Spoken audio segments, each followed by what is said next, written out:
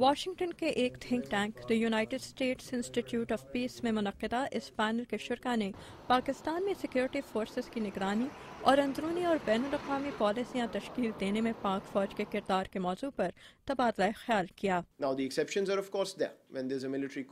اس کی ایکسیپشنز ضرور ہیں، مثلا فوجی انقلاب کی صورت میں، لیکن عام طور پر میں سمجھتا ہوں کہ فوج کو پاکستان کے قانونی ڈھانچے میں رہتے ہوئے کام کرنے اور اس نظام کا حصہ ہونے پر فخر ہے۔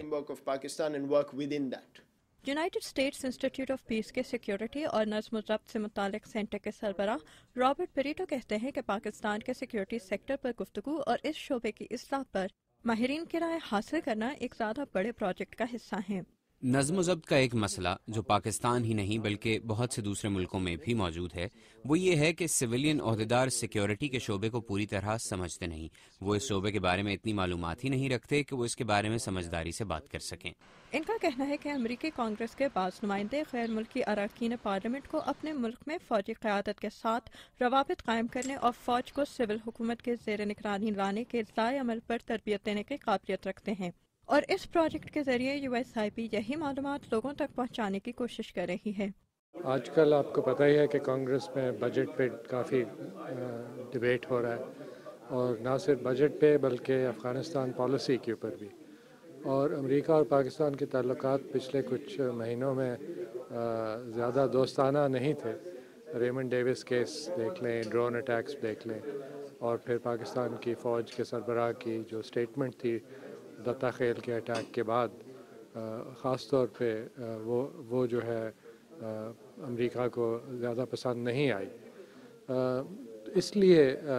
ظاہر ہے کہ اب زیادہ انٹرسٹ ہے کہ آخرکار پالیسی کس کے ہاتھ میں، کس کا اختیار ہے پاکستان کی پالیسی میں۔ واشنگٹن کے تھنک ٹینک دی اٹلانٹک کونسل کے شجاع نواز کے مطابق یہ سوال امریکہ میں پہلی مرتبہ نہیں اٹھایا جا رہا، لیکن وہ کہتے ہیں کہ اس سال پاکستان اور افغانستان سے متعلق پالیسیوں پر نئی امریکی کانگریس کی فیصلہ سازی سے قبل غیر سرکاری تنظیمیں اور تھنک ٹینک یہ سوال اٹھا کر اس موضوع کے بارے میں آگہی پیدا کرنا چاہتے ہیں یا کم از کم پاک امریکہ تعلقات کی تاریخ کے کچھ پہلوؤں کو دہرانا چاہتے ہیں۔ واشنگٹن کے think tank United States institute of peace سے منسلک ماہر معید یوسف کہتے ہیں کہ پاکستان میں فوج اور حکومت کو عموماً ایک دوسرے سے الگ کر کے دیکھا جاتا ہے، اور یہ تصور پاکستان کے لیے امریکہ کی پالیسی میں بھی نمایاں رہا ہے۔ پاکستان اور امریکہ کا جو اس وقت تعلق ہے، اس میں آپ دیکھیے فارملی بھی جو ایک سیکیورٹی فورسز اور جو ہمارے سویلین ادارے ہیں، ان کی جو ڈائیکاٹمی ہے وہ اس پالیسی میں بھی نظر آتی ہے۔ آپ دیکھیے کیری لوگر بل میں بھی اس کا ذکر آیا، جب امریکہ پاکستان کے ساتھ ڈیل کرتا ہے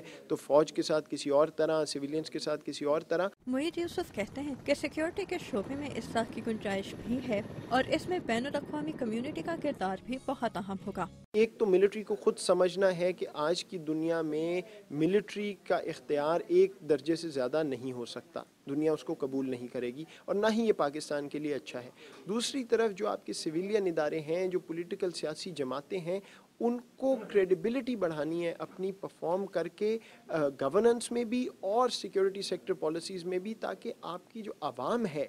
وہ ڈیموکریسی، جمہوریت، پولیٹیکل پارٹی، سیاسی جو کارکن ہیں، ان کے علاوہ کوئی اور آپشن ڈھونڈنے نہ جائے۔ ان کے مطابق پاکستان کے شہری اداروں کو حکومت اور ترقیاتی سرگرمیوں کو فروغ دینا ہوگا تاکہ جمہوریت کا نظام مستحکم ہو سکے، اور سیاسی اور ترقیاتی مسائل کا حل دریافت کرنے کے لیے عوام فوج کی طرف نہ دیکھیں۔